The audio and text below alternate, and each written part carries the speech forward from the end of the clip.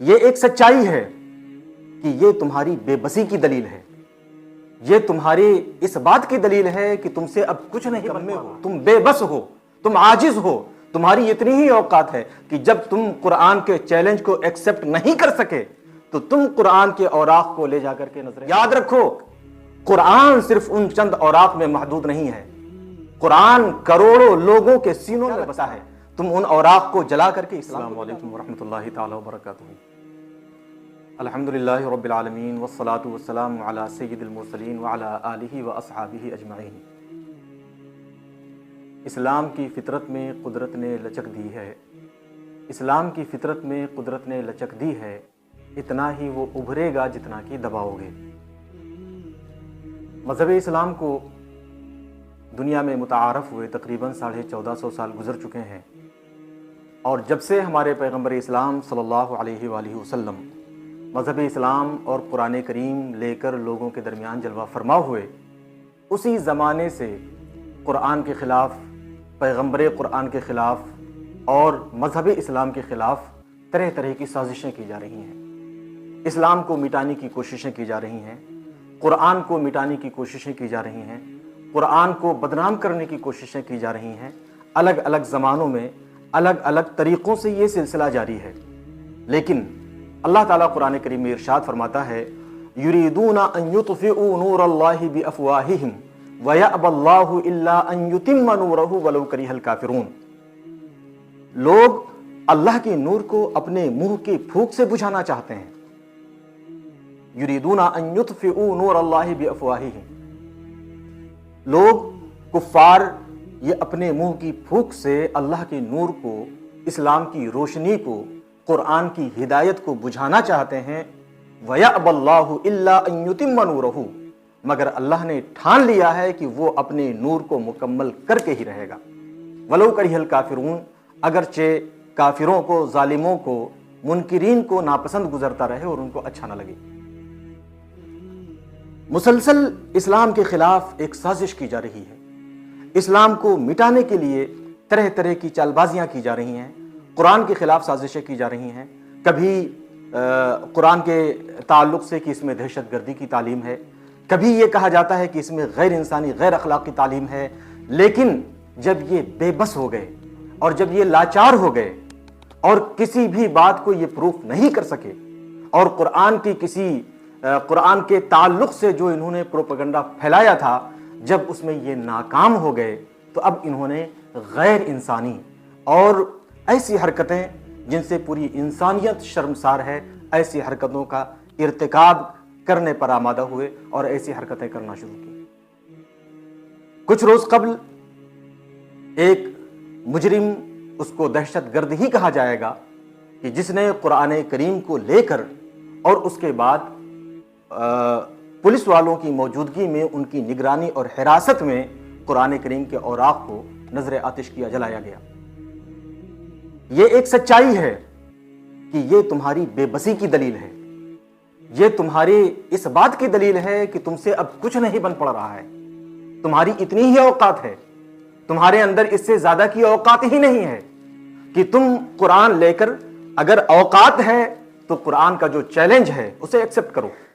قرآن نے تو 1450 سال پہلے اعلان کیا تھا اور اب تک اعلان کر رہا ہے، ان کنتم فی ریب مما نزلنا علی عبدنا فأتوا بسورۃ من مثلہ، اگر تمہیں ہم نے اپنے بندے پر جو نازل کیا ہے، اگر تمہیں اس میں شک ہے، فأتوا بسورۃ من مثلہ، تو ایک جو منطقی طریقہ ہے، ایک جو لاجک طریقہ ہے، وہ یہ ہے کہ اس کی ایک صورت کے مثل تم تیار کر کے پیش کر دو، بات ہی ختم ہو جائے گی، قرآن کا کلام اللہ ہونا باطل ہو جائے گا، صرف ایک صورت کے برابر تیار کر دو۔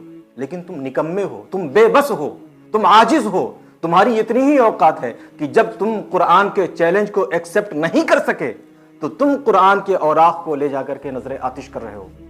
یاد رکھو، قرآن صرف ان چند اوراق میں محدود نہیں ہے، قرآن کروڑوں لوگوں کے سینوں میں بستا ہے، قرآن سینوں میں محفوظ ہے۔ قرآن کاغذ جلانے سے قرآن نہیں ختم ہوگا، قرآن کے نسخوں کو آپ پوری دنیا سے مٹا دیجئے، الحمدللہ اتنے سینوں میں قرآن محفوظ ہے، بلکہ آج شاید دنیا کا کوئی ملک ہو جس ملک میں حافظ قرآن نہ ہو، شاید کوئی بستی ہو جس بستی میں حافظ قرآن نہ ہو. تم کو کیا لگتا ہے تم ان اوراق کو جلا کر کے اسلام کو مٹا لو گے؟ جنون اس درجہ تمہارا پہنچ گیا. تم کو لگتا ہے کہ تم چند اوراق کو جلا کر کے قرآن کو ختم کر دو گے؟ یہ تمہاری نادانی ہے، تمہاری بھول ہے. بلکہ سچائی یہ ہے، تاریخ نے ثابت کیا ہے کہ جب جب اس طرح کی حرکتیں وجود میں آتی ہیں تب تب لوگ جوق در جوق اسلام میں داخل ہوتے ہیں. اور اس کی وجہ یہ ہے کہ تمہاری ان اوچھی حرکتوں کے نتیجے میں لوگ قرآن کے مطالعے کی طرف جاتے ہیں.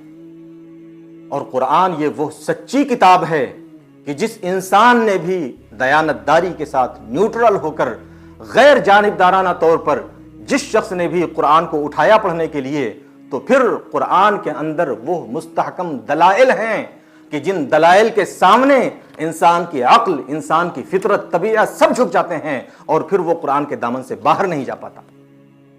الحمدللہ قرآن وہ کتاب ہے، قرآن کا اعلان ہے، ایکسپٹ کرو. قرآن نے کہا قل لئن اجتمعت الانس والجن على ان يأتوا بمثل هذا القرآن لا يأتون بمثله ولو كان بعضهم لبعض ظهيرا.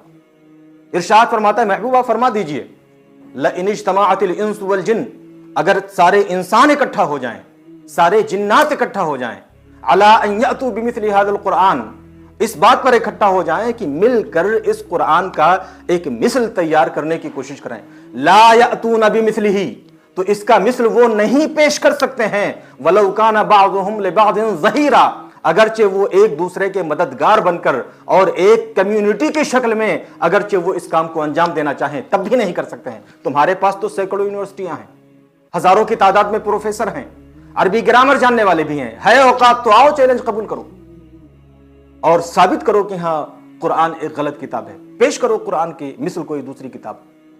نہیں ہو پائے گا تم سے، ہرگز نہیں ہو پائے گا، کیونکہ قرآن اللہ کی کتاب ہے. اور اگر آپ اپنی یورپ کی تاریخ دیکھیے تو ہزاروں کی تعداد میں لوگ جو قرآن کے دشمن تھے انہوں نے قرآن کا مطالعہ شروع کیا، قرآن کو پڑھنا شروع کیا. جب قرآن کے دلائل ان کے سامنے آئے تو پھر وہ قرآن کے دامن کے اسیر ہو گئے اور قرآن چھوڑ کر کے باہر نہیں نکل پائے. میں ایک پروفیسر جو امریکی پروفیسر ہیں، پروفیسر جیفری لنگ، ان کی ویڈیوز یوٹیوب پہ موجود ہیں، آپ پڑھیے، ان کو دیکھیے. قرآن کریم کی کل 7 آیتیں جس میں حضرت آدم علیہ السلام کی نیابت و خلافت کو اللہ تعالیٰ نے بیان فرمایا ہے، کل 7 آیتیں ہیں. جب یہ پروفیسر جیفری نے جب قرآن کریم کا مطالعہ شروع کیا پروفیسر ہونے کے بعد، الحمدللہ یہ قرآن کی حقانیت کی دلیل ہے کہ قرآن جاہلوں کو نہیں بلکہ جو پڑھے لکھے پروفیسر ہوتے ہیں ان کو اپنا غلام بناتا ہے، ان کو متاثر کرتا ہے، ان کو اپنے دامن سے وابستہ کرتا ہے. پروفیسر نے جب قرآن کریم کا مطالعہ شروع کیا اور جب یہ آیات پہ پہنچے کہ اللہ تبارک و تعالیٰ نے جب ملائکہ کے درمیان اعلان کیا کہ میں زمین میں اپنا خلیفہ بنانے والا ہوں، یہ 7 آیتیں ہیں تقریباً.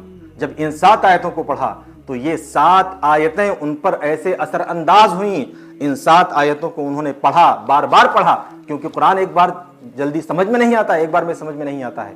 کئی بار جب پڑھا اور جب انہوں نے بات کو سمجھا تو سمجھنے کے بعد پھر وہ قرآن ہی کے دامن کے اسیر ہو گئے، مذہب اسلام قبول کر لیا. تم کہتے ہو یہ آزادی اظہار رائے ہے.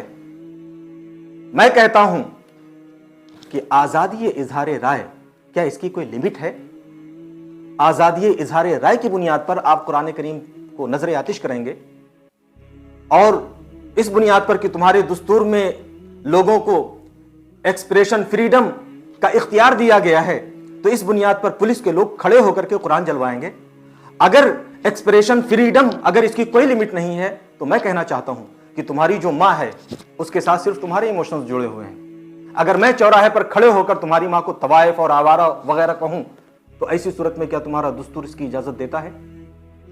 تمہاری ماں سے صرف تمہارے ایموشن جڑے ہوئے ہیں، لیکن قرآن سے دنیا میں اربوں لوگوں کے ایموشن جڑے ہوئے ہیں. کیا تمہارا دستور ہے کہ لوگوں کے ایموشن کی کوئی پرواہ نہیں ہے، لوگوں کے جذبات کی کوئی قدر نہیں ہے؟